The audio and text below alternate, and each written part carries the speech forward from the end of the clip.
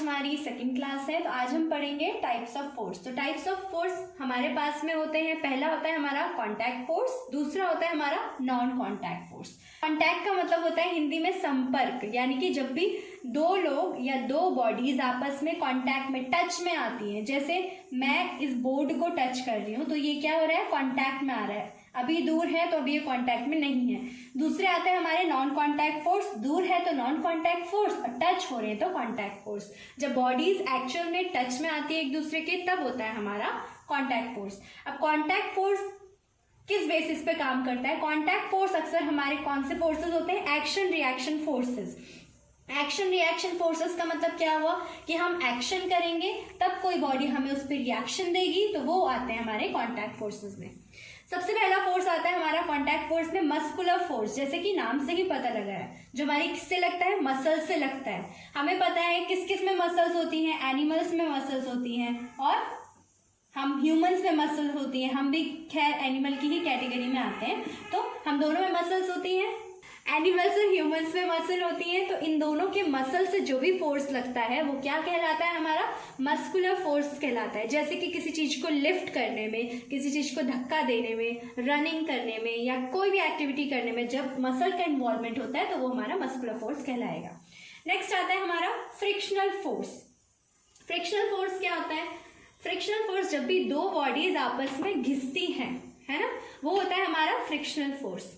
आपस में टच में आती है, ये कॉन्टैक्ट फोर्स के अंडर आ ही इसलिए रहा है क्योंकि ये क्या है, टच में आने के बाद में ये फोर्स लग रहा है। फ्रिक्शनल फोर्स क्या होता है? एक तरीके का अपोजिंग फोर्स होता है। जैसे कि अगर मैं बात करूं, कोई भी दो बॉडीज है, ये मार्कर है और ये बोर्ड है, ये दोनों दो बॉडीज हैं, ये जब भी आपस में टच में आएंगी तो इन दोनों के जो गैप्स हैं वो फिल होते हैं। इन दोनों के गैप्स फिल होने के बाद में जो मोशन रेजिस्ट करता है, मैं इस पेन को मूव कर रही हूँ तो मुझे थोड़ा सा फोर्स लगाना पड़ रहा है, ठीक है। तो ये जो फोर्स लगा रही हूँ, ये जो अपोजिंग फोर्स है, यानी कि इसको मूवमेंट करने से जो फोर्स रोक रहा है वो कहलाता है हमारा फ्रिक्शनल फोर्स। फ्रिक्शनल फोर्स हमारा बहुत जगह पे काम में आता है। जैसे कि अभी हम खड़े हैं, या आपने देखा होगा हमारे जो शूज़ रहते हैं उसके सोल पे हमेशा कुछ ना कुछ डिज़ाइंस बने रहते हैं, वो फ्रिक्शन को इंक्रीज करने के लिए, ताकि हमारे जो शूज़ रहते हैं उनमें और ग्राउंड में फ्रिक्शन बना रहे और हम मूव करते रहें। इवन जब हम कोई पेन का इस्तेमाल करते हैं, उस पेन के आगे ग्रिप बनी रहती है, तो वो जो ग्रिप होती है वो भी अच्छा फ्रिक्शन बनाने के लिए, ताकि हम पेन को अच्छे से होल्ड कर पाएँ तब लिख पाएँ। तो फ्रिक्शन, जो हमारा फ्रिक्शन होता है वो इन जगहों पर काम आता है। और फ्रिक्शनल फोर्स में भी हमारे पास बहुत सारे टाइप्स के फोर्स होते हैं। जैसे कि सबसे पहला आता है हमारा स्टैटिक फ्रिक्शन। स्टैटिक फ्रिक्शन हमारा वो फ्रिक्शन होता है जब भी कोई बॉडी दूसरी बॉडी के ऊपर है या टच में है, बट अभी इस बॉडी ने मूव करना शुरू भी नहीं किया है, तो यहाँ पे जो फ्रिक्शन लग रहा है वो है हमारा स्टैटिक फ्रिक्शन। जैसे कि हमें पता है स्टैटिक का मतलब होता है रुका हुआ या स्थिर। तो जब दो बॉडीज मोशन में नहीं है, जब मोशन स्टार्ट भी नहीं हुआ है, उससे पहले जो हमारा फ्रिक्शन लगता है वो हमारा कहलाता है स्टैटिक फ्रिक्शन, ठीक है।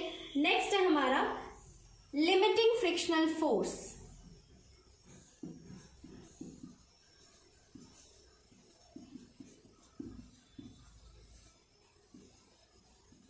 Limiting frictional force, limiting frictional force क्या होता है? जो मैक्सिमम वैल्यू होती है स्टैटिक फ्रिक्शन की।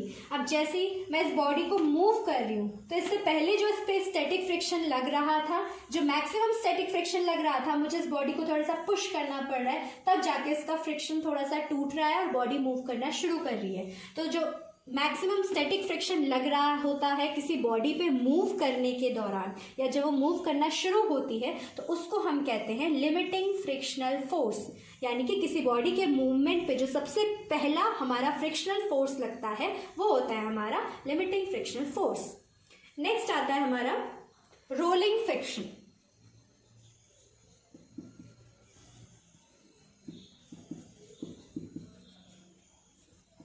अब फिर से फ्रिक्शन है तो दो बॉडीज के कांटेक्ट में होने के बाद ये फोर्स लगेगा। जब एक बॉडी दूसरी बॉडी के ऊपर ऐसे करके रोल होती है तो वो होता है हमारा रोलिंग फ्रिक्शन। यानी कि ये बॉडी इस बॉडी को रोल करने से खुद पर रोक रही है, तो ये फ्रिक्शन हमारा होता है रोलिंग फ्रिक्शन। सेम ऐसे ही हमारा दूसरा जो फ्रिक्शन है रोलिंग फ्रिक्शन के बाद में, वो है हमारा स्लाइडिंग फ्रिक्शन।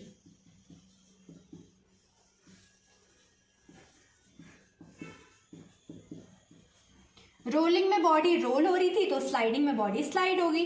अब अगर मैं इसी बॉडी की बात करूँ तो स्लाइड मतलब घिसना, घसीटना किसी बॉडी को, कुछ इस तरीके से। यहाँ पे जो फ्रिक्शन लगेगा वो हमारा क्या होगा, स्लाइडिंग फ्रिक्शन होगा। हम देख सकते हैं जो रोलिंग फ्रिक्शन है वो कम लग रहा है और जो स्लाइडिंग फ्रिक्शन है वो ज़्यादा लग रहा है। ठीक है, हमारा जो स्लाइडिंग फ्रिक्शन होता है वो ज़्यादा होता है as compare to rolling friction, क्योंकि अगर मैं इस बॉडी को स्लाइड करूंगी और छोड़ दूंगी तो ये बॉडी कुछ टाइम बाद स्लाइड करना बंद कर देगी।